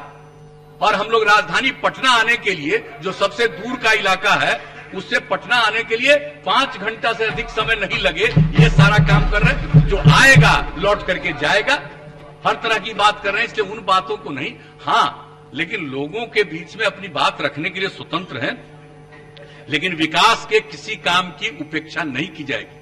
अगर कोई काम बचा हुआ है, हम लोग उसको जरूर पूरा करेंगे, इसमें कोई शक नहीं। अब स्वास्थ्य और शिक्षा के बारे में कुछ संक्षेप में हम आपको बता देते हैं कि पहले क्या था 5-6 में, अब तो चल गए, क्या बताएं, 5-6 में भाग गए। अब कहीं बाहर से सुनेंगे तो हम बता देते हैं कि शिशु मृत्यु दर क्या था 2005-6 में, जब हम लोगों को काम करने का मौका मिला। प्रति 1061 था शिशु मृत्यु दर, और अब वो घट करके हो गया है 32, यानी देश का जो एवरेज है उसके बराबर बिहार में भी पहुंच गया। कहते हैं कोई स्वास्थ्य का काम ही नहीं है, स्वास्थ्य का काम नहीं है, यहां पहुंचे थे, इतना तेजी से काम किया। कौन जाता था पहले इलाज कराने के लिए सरकारी प्राथमिक स्वास्थ्य केंद्र में? 2006 में सर्वे कराया था, फरवरी में, एक महीना में 29 आदमी जाता था। अब देख लीजिए, जो 19-20 का है तो कोरोना आ गया है, एक अलग विषय है, लेकिन इसके पहले तक 10,000। अब उसके लिए एक एक काम किया जा रहा है। कौन कहता है कि स्वास्थ्य के क्षेत्र में काम नहीं हुआ है, और कितना काम हुआ है? और आप समझ लीजिए, और मातृ मृत्यु दर 1 लाख की आबादी पर 312 था 2005-6 में, वो घट करके 149 हो गया। और टीकाकरण, ये लोग अभी टीकाकरण पर बोलते रहते हैं, अभी तो चलेगा नहीं, सुनाना चाह रहे हैं। टीकाकरण वो सिर्फ कोरोना का नहीं है, तो नया टीकाकरण है, नया वैक्सीनेशन है, अन्य सभी चीजों का टीकाकरण। किस तरह से हम लोगों ने पल्स पोलियो कैंपेन चलाया। अभी माननीय विधायकों का शपथ ग्रहण भी नहीं हुआ था 2005 में, तब विदेश से कितने लोग आकर के हमको आकर के कहने लगे कि देखिए बिहार में नहीं हो रहा है। और उनकी बात सुन करके जो काम हम लोगों ने करना शुरू किया, और जिस तरह से पल्स पोलियो अभियान चला, टीकाकरण के और सारे प्रबंध अन्य बीमारियों के लिए, ये कितना करते थे भाई, पहले बोल देते हैं कुछ। आप समझ लीजिए, टीकाकरण का था 18% 2005-6 में, और अब बढ़कर के हो गया है टीकाकरण 86%, 86%। और हम लोगों का लक्ष्य है कि देश के सर्वोच्च 5 राज्यों में बिहार जरूर शामिल होगा टीकाकरण। और आप देख रहे हैं कि अभी वैक्सीनेशन की बात हो रही है, इस मामले में जो सब कुछ किया जा रहा है हम बता चुके हैं, किस तरह से टीकाकरण का काम हो रहा है। तो एक एक चीज को देख लीजिए। और जो प्रजनन दर क्या था, सभी बोल रहे हैं भाई प्रजनन दर कितना बढ़ाए हुए थे, खूब पैदा होता था। प्रजनन दर क्या था, पति पत्नी के बीच औसत 4.3, अब हम लोग लगे हुए, अब घट करके हुआ 3.2। और आपको मालूम है कि हम लोगों ने इसी के लिए देखा कि भाई इसको प्रजनन दर को घटाना है, आबादी बढ़ती चली जा रही है और एरिया तो सीमित रहेगा, तो हम लोगों को उसके लिए काम करना है। तो उस काम के लिए करते करते हम लोगों के मन में ये बात आ गई, सर्वेक्षण हुआ कि अगर महिलाएं पढ़े, मैट्रिक तक पास रहेंगी देश का एवरेज, अगर पति पत्नी में पत्नी मैट्रिक पास है तो 2 प्रजनन दर, और बिहार का भी सर्वे किया गया, अगर पति पत्नी में पत्नी मैट्रिक पास है तो 2 प्रजनन दर, माने 2 ही है बाल बच्चा में। और उस तरह से अगर कोई इंटर पास है तो उस समय पूरे देश में एवरेज था 1.7 और बिहार का था, देख करके खुशी हुई, 1.6। तो उसी समय यूरेका की भावना आई और हमने तय किया हर एक पंचायत में +2 तक का माध्यमिक विद्यालय, उच्च माध्यमिक विद्यालय स्थापित करेंगे। और उसके हमें लगे हैं, बताइए साहब, तो जब प्रजनन दर घटेगा तभी ना आबादी नियंत्रित होगी। तो हम लोग ये सब काम करते रहते हैं। इन लोगों को क्या है भाई, अब बोल देता सोशल मीडिया पर। पहले तो हम लोग जो करते थे लोगों तक बात पहुंचती थी, आजकल सोशल मीडिया के माध्यम से कुछ पहुंचाते रहते हैं। पहुंचाइए, सबको अधिकार है, लेकिन हमने तो सभी डिपार्टमेंट को कहा कि जो भी पॉजिटिव काम है उन सभी कामों को सोशल मीडिया के माध्यम से हर जगह पहुंचाने की कोशिश करिए, ताकि अगर कोई निगेटिव बात करता है उसको आजादी है, जो करे। लेकिन इसके मामले में ये सारी बातें भी की जाएगी। तो एक एक तरह से आपको समझ लीजिए कि अब तो कोई पंचायत नहीं है जो बचा हुआ था, वहां भी 9वां 10वां का इंतजाम कर दिया गया, पढ़ाई शुरू हो गई 9वीं की, और बाकी 2 जो और बिल्डिंग है 11वां और 12वां के लिए, उसके लिए भी काम शुरू हो जाएगा इसी वित्तीय वर्ष, अगले वित्तीय वर्ष में। तो ये सब काम हम लोग तो कर रहे हैं, कोई चीज के लिए नहीं छोड़ते हैं। तो हर प्रकार से आप समझ लीजिए 7 निश्चय 2 के लिए जो हम लोगों ने काम किया है उसके बारे में कल पूरी चर्चा कर दी गई है, उसके बारे में कुछ बताने की जरूरत नहीं है। लेकिन आप एक बात जान लीजिए कि हम लोग सिर्फ कहते नहीं है, करने की बात करते हैं। और आप समझ लीजिए कि आत्मनिर्भर बिहार के 7 निश्चय 2 में अभी क्या काम हो गया। तत्काल अभी मीटिंग हुई, जितने ITI हैं जो हम लोगों ने तय किया है कि ITI और पॉलिटेक्निक संस्थान में सेंटर ऑफ एक्सीलेंस बनेगा, सबको और अतिरिक्त जानकारी के लिए, उसकी ट्रेनिंग के लिए। और ये हो गया है, हमारा टाटा टेक्नोलॉजी ग्रुप के साथ बातचीत हो गई है, आके उन लोगों ने प्रेजेंटेशन किया है और तय हो गया शुरुआत 60 से हो जाएगा, है हमारा 149। ये भी 1 साल के अंदर पूरा करके हर जगह आप समझिए कि सेंटर ऑफ एक्सीलेंस बन जाएगा। तो एक एक तरह की बात होती है। इसमें क्या होगा, इलेक्ट्रिकल वाहन, advance automobile maintenance repair, IT design, advance manufacturing, robotics, advance building, 3D printing, advance plumbing इत्यादि ट्रेनिंग की व्यवस्था होगी।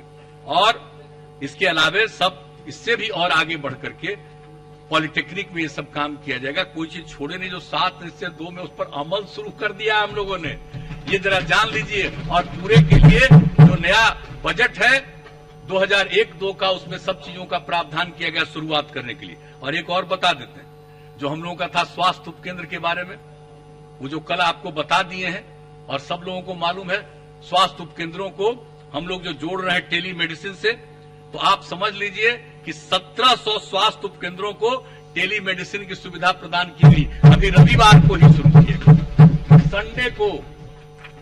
यानी आप समझ लीजिए कि लोगों के इलाज करने के लिए संडे छुट्टी का दिन नहीं है, इतवार छुट्टी का दिन नहीं है। इसलिए खास करके स्वास्थ्य विभाग ने इतवार को ही, संडे को ही ये काम शुरू करवाया। अब आप सोच लीजिए, एक एक काम जो किया जा रहा, टेली मेडिसिन की सुविधा की जा रही है, इनसे सबको जोड़ा जा रहा। जिला अस्पताल, अनुमंडलीय अस्पताल, प्राथमिक स्वास्थ्य केंद्र, तो इन सब चीजों के साथ जो जोड़ा जा रहा है, सब काम किया जा रहा। और जो सबसे बड़ी बात, हृदय में छेद के साथ जन्मे बच्चों का, हार्ट में किसी को छेद है, बच्चा जन्मा, वो रहेगा नहीं। अब उसके लिए बहुत अच्छा एक बाल हृदय योजना लागू की जा रही है और इसके लिए एग्रीमेंट हो गया Prashanti Medical Services and Research Foundation Rajkot Ahmedabad में। MOU उनके साथ हो गया, वो मुफ्त में इलाज करते हैं। हम लोग ऐसे बच्चों को यहां से सरकार की तरफ से भेजेंगे, वहां ट्रीटमेंट मुफ्त में होगा, उसका ध्यान रखेंगे और वहां से फिर उसको घर पहुंचाएंगे, सरकार करेगी। और अपने राज्य में भी इसके लिए हम लोग व्यवस्था करेंगे। IGIMS और IGIC, ये 2 तरफ के बारे में हम लोगों ने सोच लिया है कि यहां पर भी ये पूरा शुरू हो जाएगा। तो आप समझ लीजिए कि कई काम तो हम लोगों ने शुरू करा दिए, कई चीज शुरू हो गया, लोगों को ये पता नहीं चलता है। और उद्योग को बढ़ावा देने की बात, तो भाई अब नई नीति हम लोग बना दिए। कितना तरह का उद्योग जो बाहर थे, बाहर से लोग आकर के आए, और किस तरह से पश्चिम चंपारण में जाकर के हम देखने गए और कितना अच्छा काम कर रहा है। और यहां लोगों को प्रेरित किया जा रहा है कि आप यही रहिए, बाहर मत जाइए, और कितना अच्छा काम कर रहा है। वो अपने इलाके में नहीं बिक्री हो रही है, बिहार के बाहर बिक्री हो रही है, और उसका जो बन रहा है चीज, कपड़ा लत्ता सब कुछ जो तैयार कर रहा है कई चीज, वो देश के बाहर भी जा रहा है। आप सोच लीजिए इस तरह का काम। और इसके लिए जो हम लोगों ने काम शुरू कर दिया है, तो हर जगह से, और इसके बारे में पूरी बात जो अलग अलग विषयों पर चर्चा होगी और डिटेल में इसके बारे में काम बना दिया जाएगा। जो चनपटिया की बात हम आपको बता दिए, और आप समझ रहे हैं कि अब जो इथेनॉल उत्पादन के लिए अब केंद्र सरकार ने निर्णय ले लिया, और अब लोग हम लोगों के यहां आ रहे हैं अपना इथेनॉल उत्पादन शुरू करने के लिए, और लोगों को याद नहीं रहता। आप जरा साथ याद करिए, जब हम लोगों की सरकार बनी, 7 में ही हम लोगों के सामने प्रस्ताव आया था सीधे कि इसके लिए हम लोग करेंगे। गन्ना नियंत्रण आदेश जो था उसमें संशोधन की जरूरत थी। हम लोगों ने यहां से विधान परिषद से पास करके अमेंडमेंट भेजा, लेकिन केंद्र सरकार ने हमारी बात को स्वीकार नहीं किया। हम लोग चाहते थे कि ये पूरे के पूरे एथेनॉल उत्पादन के लिए काम हो, और लेकिन वो माने नहीं। 8 जून 2008 को जब ये थे, वहां की सरकार थी, एनसीपी के नेता शरद पवार जी थे, माननीय मंत्री थे उस समय, तो बिहार में एथेनॉल उत्पादन की अनुमति देने का अनुरोध किया गया, लेकिन केंद्र सरकार ने कह दिया कि चीनी उत्पादन को फूड सिक्योरिटी का हिस्सा है, यहां हम इजाजत नहीं देंगे। आप बताइए, आप जरा बोल दीजिए कि सोच लीजिए कि अब जितने तरह से चीनी के उत्पादन के लिए जितना आज हो रहा है, अब आप सोच सकते हैं कि अगर एथेनॉल का काम पहले होता तो कितना ज्यादा किसानों को फायदा होता। और अब एथेनॉल के लिए केंद्र सरकार ने मन बना लिया है, तय कर लिया है, और उसके लिए इस कानून में नियमों में संशोधन कर लिया है, जिसकी जानकारी मिली। तब यहां एथेनॉल का भी उत्पादन होगा। और आपको बता दें हम कि एथेनॉल के उत्पादन के लिए जो प्रस्ताव हम लोगों को दिया था, एक कंपनी ने एथेनॉल हब के रूप में विकसित करने के लिए, ये था 21,000 करोड़ रुपए की परियोजना का प्रस्ताव। अब सोच लीजिए, 21,000 करोड़ रुपए की योजना का, और उसके लिए हम लोग प्रयास करते रहे 3 साल। नहीं माना केंद्र सरकार, उसमें केंद्र सरकार नहीं हो सका, और अब केंद्र सरकार ने इसके लिए अपना निर्णय कर लिया है। अब उनके बारे में जानकारी मिल गई है, तो हमने तो बता दिया कि बताइए कितनी खुशी की बात है। अब हमारे यहां कितना एथेनॉल का उत्पादन हो जाएगा, कितने लोगों के लिए रोजगार पैदा होगा, और गन्ना के क्षेत्र में जितना उत्पादन होता है उसका और उत्पादन बढ़ेगा और एरिया में बढ़ेगा। और इस सब के लिए हम लोग देंगे, जमीन देंगे, जगह देंगे, और वो उत्पादन करेगा तो एथेनॉल का उत्पादन होगा। राज्य को कितना फायदा होगा। तो हर तरह से समझ लीजिए कि अभी जो नीति आयोग की बैठक थी उसमें भी हमने कह दिया, तो लोग वहां से जानकारी चाह रहे हैं कि आप चिट्ठी लिखे थे और क्या था जवाब। आज भिजवा रहे हैं कि हम लोगों ने क्या भेजा था यहां से विधानमंडल से पारित करके प्रस्ताव, और क्या चिट्ठी लिखी थी और क्या उनका उत्तर आया था, ये सब भिजवा दे रहे हैं, ताकि पता चलेगा ये लोग जो बैठे हुए हैं इन लोगों का क्या हिसाब था, जिसके चलते इतना नुकसान हुआ बिहार को। और बाकी सब तो जल जीवन हरियाली अभियान के बारे में बता चुके हैं आप सब लोगों को। कुछ लोग अब तो भाग गए, हम क्या बोले, ये कांग्रेस का लोग, जरा हम बताना चाहेंगे। हाँ, टीवी पर देख रहे हो, बड़ा अच्छा। हम उनको बता देना चाहते हैं, ये बोल रहे हैं कि दुकान खुलवा दीजिए। भला बताइए, भूल गए हैं इस सदन ने सर्वसम्मति से पारित किया 2015-16 में, और ये कानून बना और यहां शराबबंदी लागू किया गया 1 अप्रैल 2016 से। सब लोगों ने किया, सब लोगों ने वचन दिया, और एक एक तरह की बात हुई, और आज उसके विरोध में बोल रहे हैं। अब तो आइबे करिएगा ना आप। अरे तो आप आइबे न करिएगा, अरे आप तो आते ही न रहिएगा, तो आज काहे भाग रहे हैं? उधर भागने से क्या काम चलेगा आपको? आप ज्यादा भागिएगा तो आप ही के लोग आपको छोड़ के भाग जाएंगे, ये जान लीजिए, मत भागिए। इसलिए अब इन लोगों को क्या था, कांग्रेस का जो ये मेंबरशिप बनता है ये कह रहे थे श्रीमान नेता कि भाई दुकान खुलवा दीजिए कई जगह। अब बताइए क्या कर रहे हैं? यानी बापू का जो विचार है उसको हम लोग लागू कर रहे हैं और उसके खिलाफ बोल रहे हैं। और दूसरी चीज है, इन लोगों का जो मेंबरशिप होता है पर बैठे हुए है ही ना। अब मेंबरशिप है, इसमें जो मेंबर बनता है उसका जो दस्तखत होता है हम ले करके आए हैं, जो समझ गए ना। ऊपर जरा देख लीजिए, ये देखिए हम ले करके आए हैं, आप लोगों को बता रहे हैं। ये कांग्रेस का लोग बोलता है, जरा सवाल पूछिएगा कि जो मेंबरशिप लेते हो तो क्या कहते हो? मैं अपने को मादक पेयों एवं नशीले पदार्थों से दूर रखता हूं। अब बताइए, आप वचन देते हैं दारू से दूर रखता हूं और दुकान खुलवा करके दारू के नजदीक होना चाह रहे हैं। यही है आपका मेंबरशिप का। हम इनसे पूछना चाहते हैं, मेंबरशिप की शर्त, अब कैसे मेंबर हैं, कैसे कैसे लोग हैं। अब ये अपना जाने भाई कांग्रेस पार्टी, हमको क्या न देना। लेकिन अगर जब बोलते हैं, हाँ अब वही कह रहे हैं, नेता है, इसी पर तो हम बोल रहे हैं कि दुकान खुलवाने की मांग कर रहे हैं। आप जरा बताइए, और क्या चीज पर दस्तखत करके आप अपना पार्टी का सदस्यता लेते हैं, आप पार्टी के नेता बनते हैं?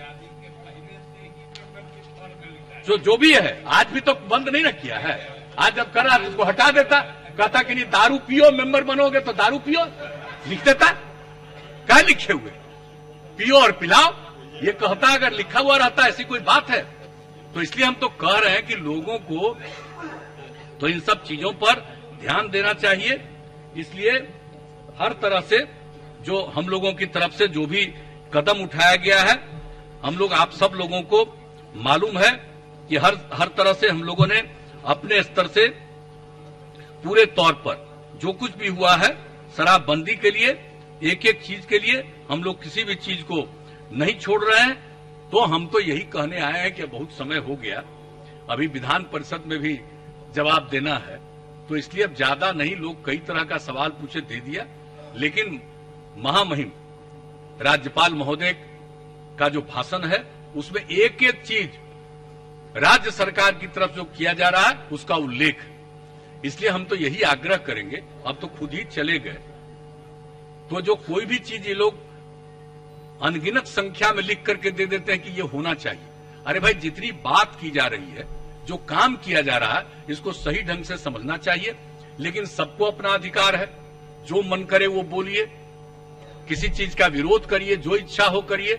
लेकिन मुख्यतः जिन बातों की चर्चा की गई है उसके कई चीजों का हमने यहां संक्षेप में उत्तर दे दिया है। इस बात को समझिए, हम लोगों की प्रतिबद्धता है, बिल्कुल बिहार आत्मनिर्भर बनेगा, बिहार को हम लोग मिल करके आगे ले जाएंगे और ये एक विकसित राज्य बनेगा। सब लोगों की आमदनी बढ़ेगी, बिहार आगे बढ़ेगा और नए जितने निर्माण के कार्य हैं वो सब किए जाएंगे। इतना ही कहते हुए मैं इसके लिए पुनः महामहिम राज्यपाल को मैं बधाई देता हूं, उनका अभिनंदन करता हूं और मैं सबसे अनुरोध करता हूं कि उनके प्रति हम लोग एक उनको धन्यवाद का प्रस्ताव, उनके अभिनंदन के प्रस्ताव को पारित करें।